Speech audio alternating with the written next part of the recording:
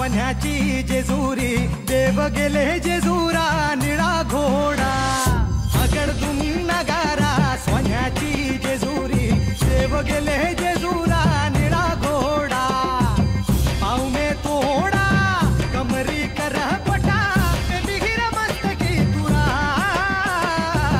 खोबऱ्याचा कुटका भंडाऱ्याचा भडका बोल अहंकारा सदानंदाचा येळको सदानंदाचा येळको जय देवा जय देवा जय देवा जय देवा जय देवा जय शिव मातंडा जय देवा जय देवा जय देवा जय देवा जय देवा जय शिव मातंडा हरिवर्धन मल्हारी तुझी प्रचंड जय देवा जय देवा जय देवा जय देवा जय देवा जय शिव मातंडा हरिवर्धन मल्हारी तुझी प्रचंड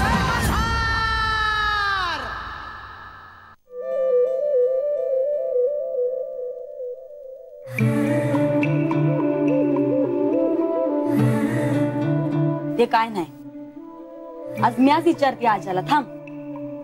काय येड लागले वय तुला? तुला समजायचं ते समीच, पण तू अशीच गप बसणार असशील ना तर ते नाही चालायचं.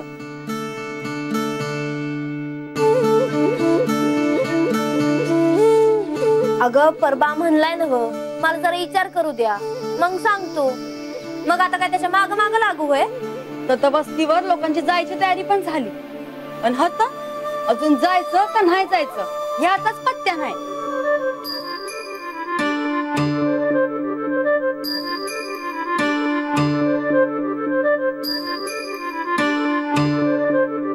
आणि एक सांगू का बानू, खर तर दुसरं कोणी बी नाही केलं ना खंडोबांच्या राज्याभिषेकाला तरी बी चालेल, पण मला बी असंच वाटतं या की तू जायलाच हवं.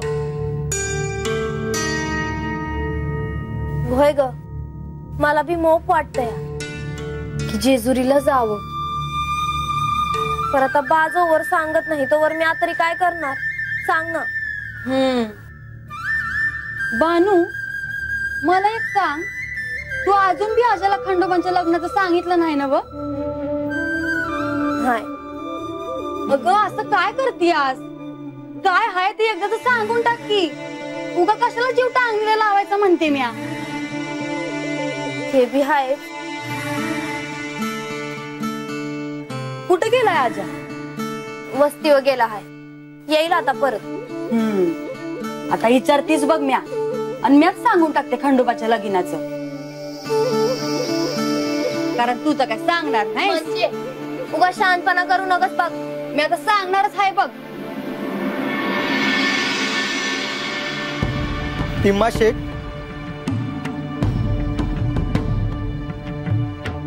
प्रणाम. बोला. मी आज जेजुरीहून आलो आहे सा. जेजुरीहून? अहो आताच आम्ही म्हाळसाविषयी बोलत होतो. मी आज तुमच्यासाठी सांगावा आणला आहे सा.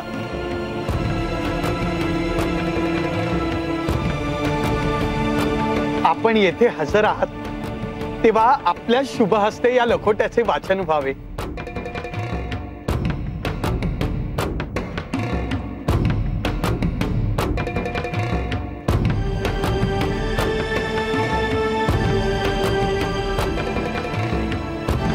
शुभ संदेश आहे. श्री खंडेराय यांचा राज्याभिषेक होणार आहे आणि त्यासाठी आपल्याला निमंत्रण आहे.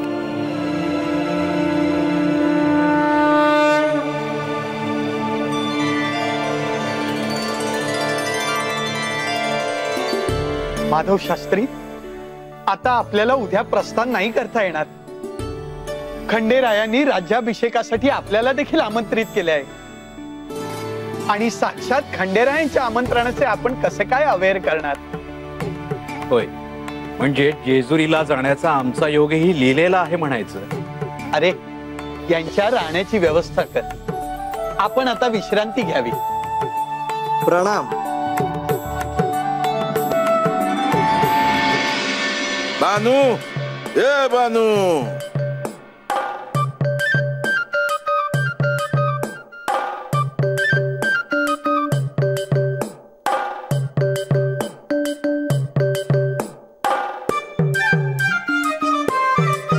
काय गे म्हणजे तू अजून हातच आहेस वय?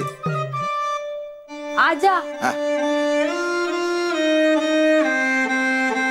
मला तुला काहीतरी सांगायचं आहे बघ. अगं बोल की. तुला बानून जे विचारलं त्यावर तू काय विचार केला हायस का नाही? कसाच? अरे जेजुरीला जायचा.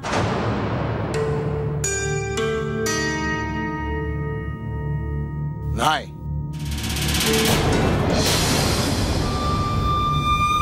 का तुला बी जायचं वे जेजुरीला? होय मग. अरे म्हणून तर विचारतीये म्या. वस्तीवरची समधी लोक बी तयार झाली आहेत बघ. एक काम कर, तुम्ही जा की त्याच्या संगती. अरे पर का? अगं कारण मी अजून काय ठरवलं नाही. आणि मी आज ठरवलं की जेजुरीला जायचं नाही तर तुझं बी जाणं राखडायला नग. एक काम कर, तू वस्तीवर लोकांसंगती जा जेजुरीला.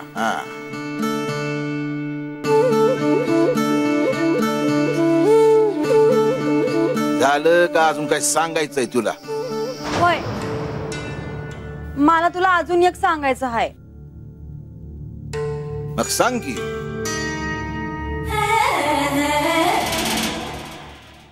ये म्हणजे अरे ते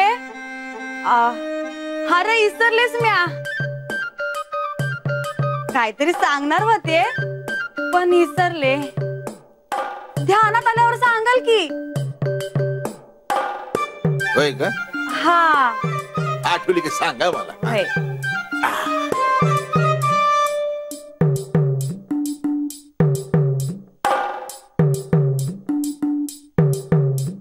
अगं परत ह्यो शांतपणा केलास ना तर माझ्याशी गाठ.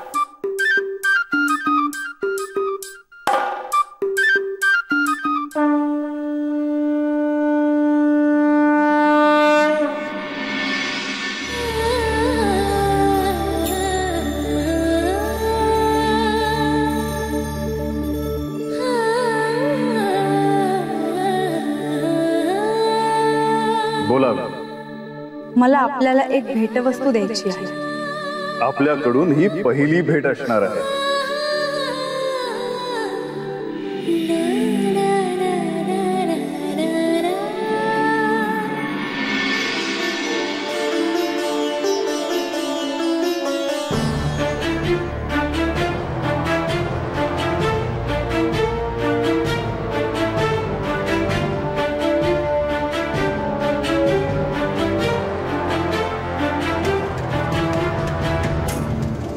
असा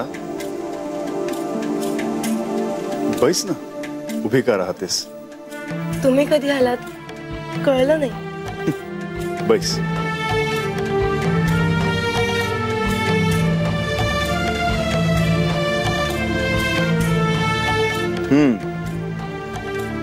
सुवर्ण दर्पणात पाहून कसला विचार करत होतीस? तुमच्यापासून दूर होते तेव्हा हा सुवर्ण दर्पण होता म्हणून बोलता यायचं.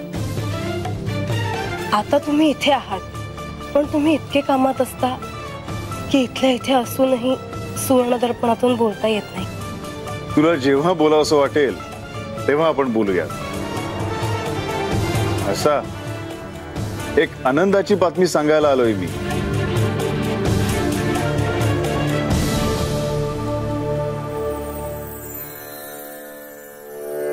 काय आहे बातमी? नेवासेला तुझ्या आई वडिलांना राज्याभिषेकाचे निमंत्रण मिळाले आहे.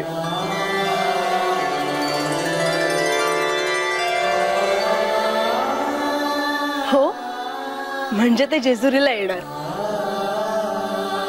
खरंच खूप आनंदाची बातमी दिलीत तुम्ही. त्यांच्या स्वागताची तयारी तुलाच करायची आहे. त्यांना काही हवं काही नको हे तू स्वतः पहा. हो, पण तुम्ही मला इतकी आनंदाची बातमी दिलीत. तुम्हाला मी काय देऊ?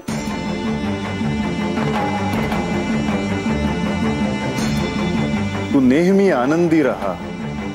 दुसरं मला काहीच नको.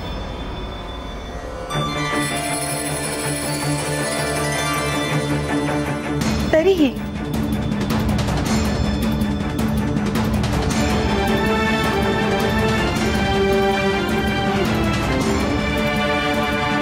तू मला सांगितलं आहेस ना की तू स्वतःचे अन्न कसे तयार करतेस ते शुद्ध शाकाहारी तसेच भोजन करायची माझी इच्छा आहे.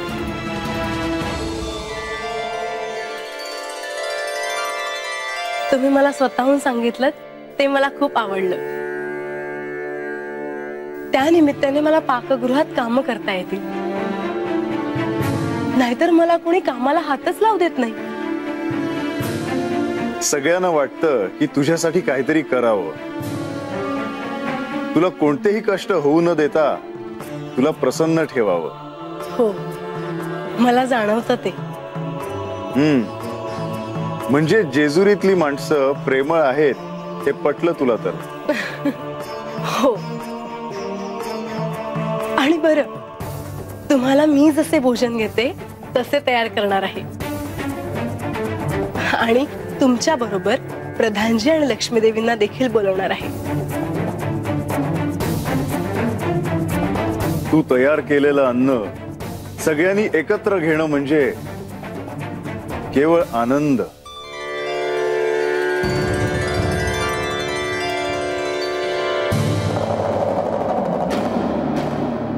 केव्हा एकदा जेजुरीला जातो आणि म्हाळसाला पाहतो असे झालंय मला. इथे नेवाशात असताना एक दिवस सुद्धा ती घराच्या बाहेर राहिली नाही आणि आता पहिल्यांदाच इतक्या लांब.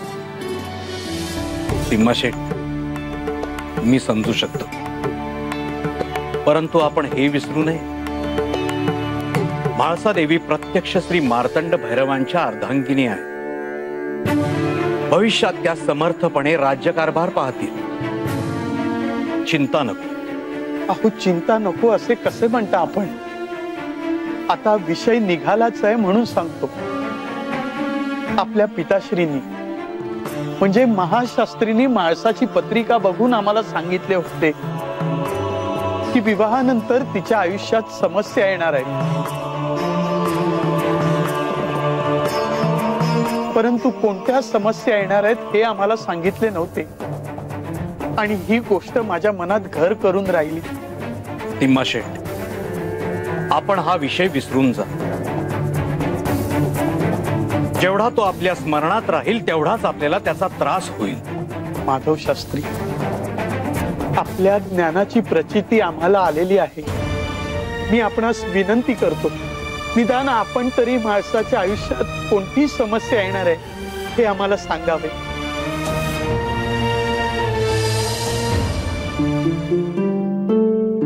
देवी, म्हाळसा, मला तुम्हाला आनंदाची बातमी सांगायची आहे. अहो, तुम्ही मला बोलवणं धाडायचं होतं. मी स्वतः आले असते तुम्हाला भेटायला. देवी, नेवासाला निमंत्रण पोहोचले हे मला स्वतः यांनी सांगितले. म्हणून तुमचा चेहरा खुलला आहे तर? हो, आज मी खरंच खूप आनंदी आहे. खूप दिवसांनी आईबाबांचं दर्शन होईल. नेवासेला त्यांनाही माझ्याशिवाय करमणार नाही.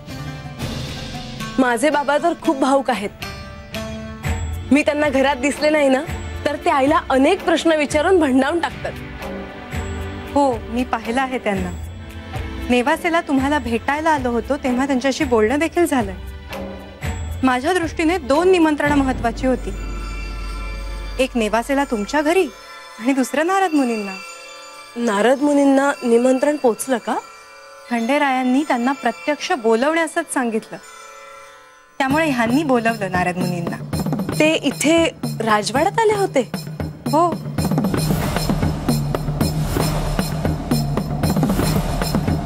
काय झालं? नाही, खरं तर मला त्यांना भेटायचं होतं. राज्याभिषेकाच्या दिवशी ते येतीलच, तेव्हाही भेट होऊ शकेल. पण एका ठिकाणी फार काळ न थांबण्याचा त्यांचा नियम आहे. त्यामुळे त्या दिवशी त्यांच्याशी भेट होणं अवघड होईल ना? ठीक आहे, ह्यानंतर ते इथे आले की मी त्यांना तुम्हाला भेटायला सांगेन.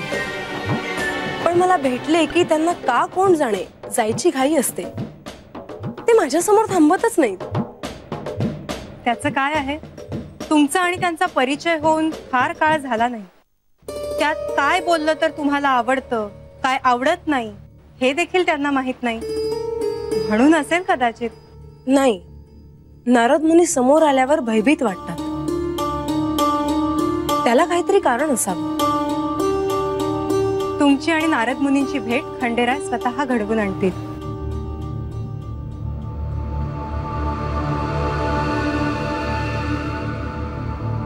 खरं तर असं काही घडलं तर बरं होईल. येते मी.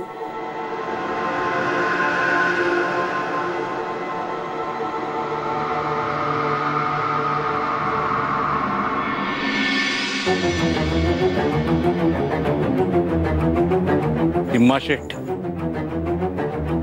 मी आपल्याला हे जरूर सांगू शकतो, परंतु श्री खंडेरायांच्या आयुष्यात डोकावून पाहणे एवढे सोपे नाही. तसा अधिकारच नाही कोणाला. आता म्हाळसा देवींच्या संदर्भात काही बोलायचे झाले तर उभय त्यांच्या आयुष्यात डोकावून पाहणेच नाही का? आपण धर्मसंकटात यावे अशी माझी अजिबात इच्छा नाही. मी आपली क्षमा मागतो. प्रश्न तो नाही,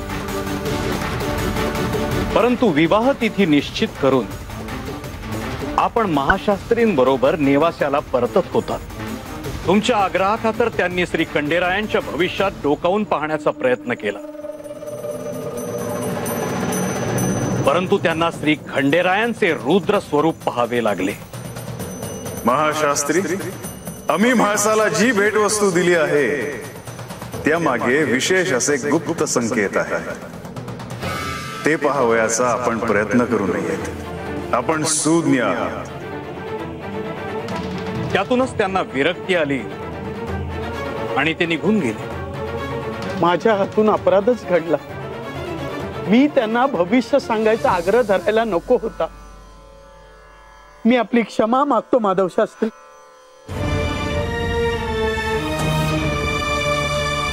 तिम्माशेठ, आपली चिंता काही अंशी दूर व्हावी म्हणून तुम्हाला एक सांगतो.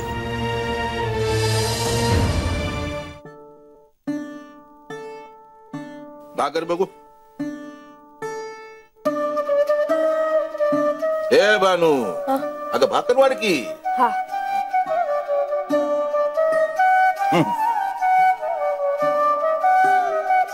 काय ग अशी गपगुमान का बसलीयस? काय झालं? काय नाही. नाही, तुझं ध्यान कुठे आहे ते काय समजत नाही बाई मला. हा? काय झालं?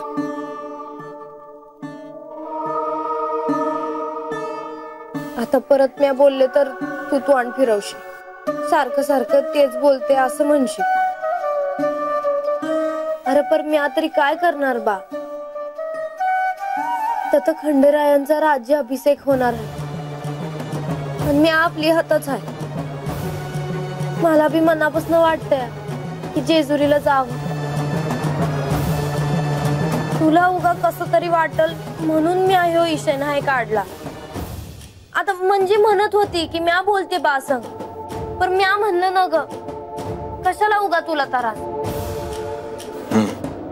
तर असं किती बी म्हणलं ना तरी माझ्या मनात जेजुरी कशी असल, खंडेरायांचा राज्याभिषेक होणार तेव्हा तत काय काय असल, कोण कोण येणार असल, हे समजा म्या मनात आणत बसते बघ.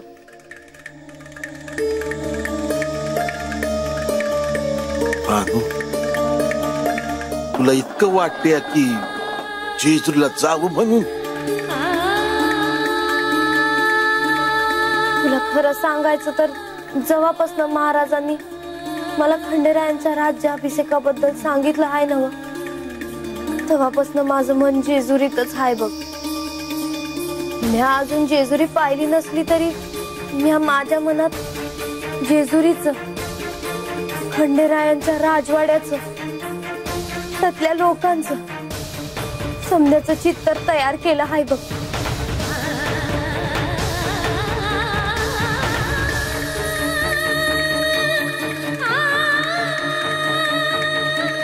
बा, मला एकदाच सांगशील आपण जेजुरीला खरंच जायचं का नाही?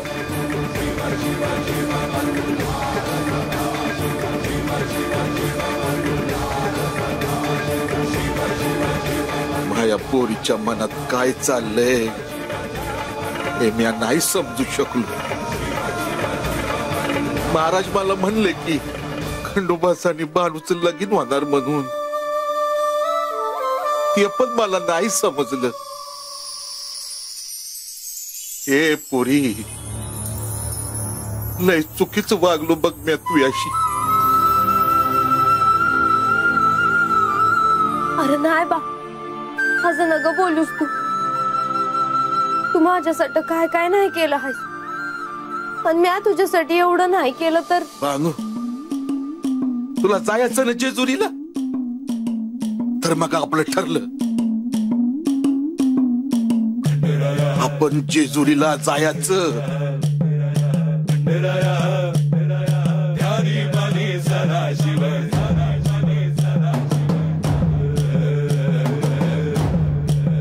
अरे बा, काय सांगतोयस तू?